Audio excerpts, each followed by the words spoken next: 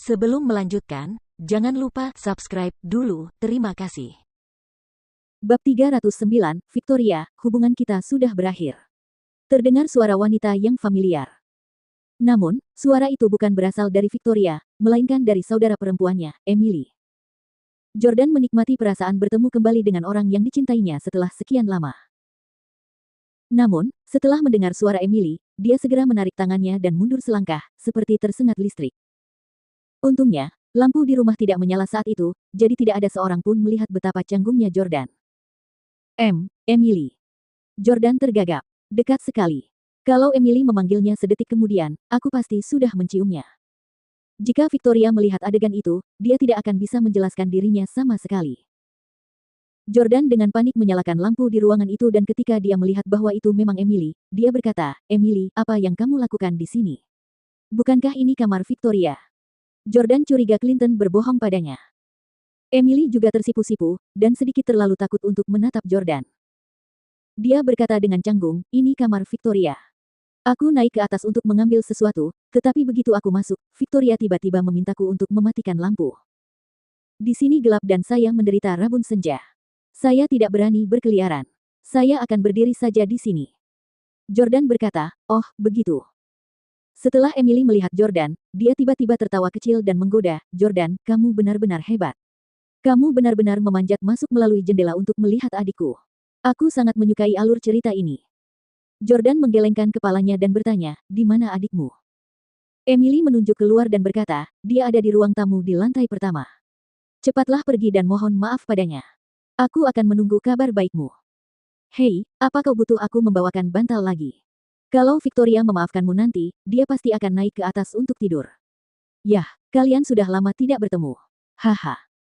Emily diam-diam terkikik, berpikir dalam hati bahwa Victoria sangat suka bercanda dengan Jordan. Jordan menatap tempat tidur Victoria dan berkata, "Tidak apa-apa, Victoria dan aku akan pindah setelah kami berbaikan. Ini rumah Russell. Aku tidak ingin kalian tinggal di sini. Ngomong-ngomong, Emily, aku juga membeli beberapa villa di sini. Satu untuk Victoria dan satu untukmu." Mendengar ini, Emily langsung membeku. "Apa katamu? Kau ingin membelikanku satu villa di sini?" Jordan mengangguk sambil tersenyum. "Ah."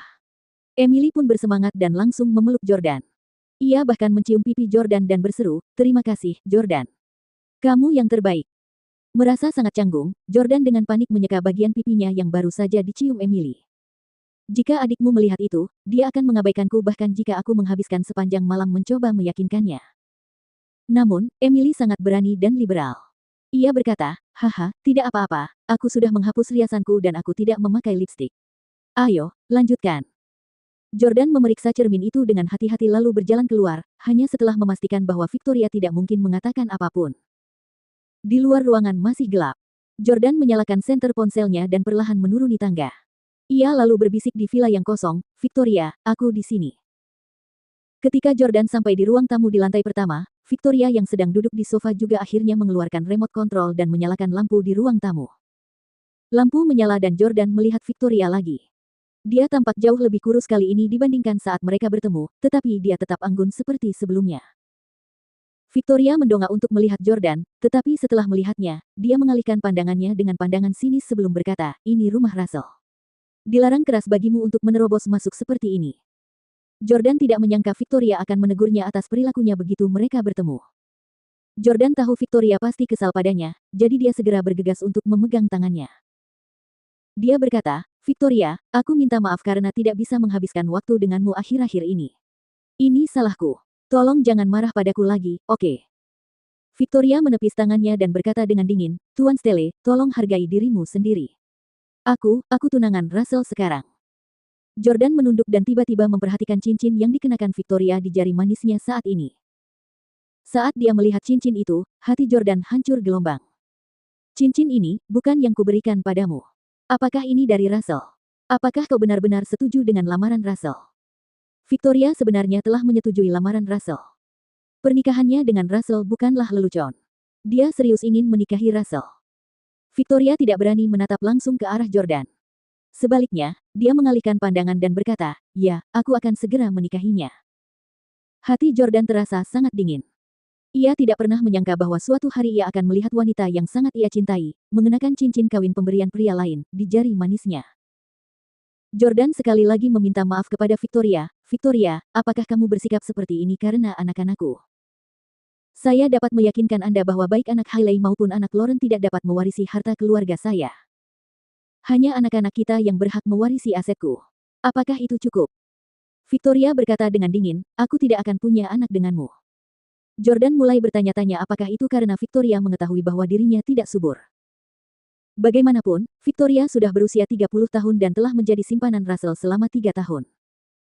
Dalam 3 tahun terakhir, Russell mungkin telah menghancurkannya sampai-sampai dia tidak bisa lagi memiliki anak, tetapi Jordan tidak akan pernah tahu. Victoria menenangkan diri sejenak sebelum mengangkat kepalanya untuk menatap Jordan. Aku bermaksud meminta bertemu denganmu dan menjelaskannya dengan jelas kepadamu. Karena kita di sini, aku akan memberitahumu dengan jelas secara langsung.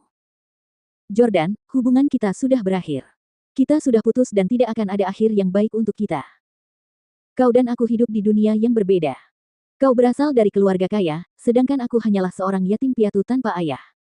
Lagi pula, kau masih sangat muda dan aku lebih tua darimu. Aku juga pernah menjadi simpanan seseorang. Aku sudah lama kehilangan kemurnian dan kesucianku.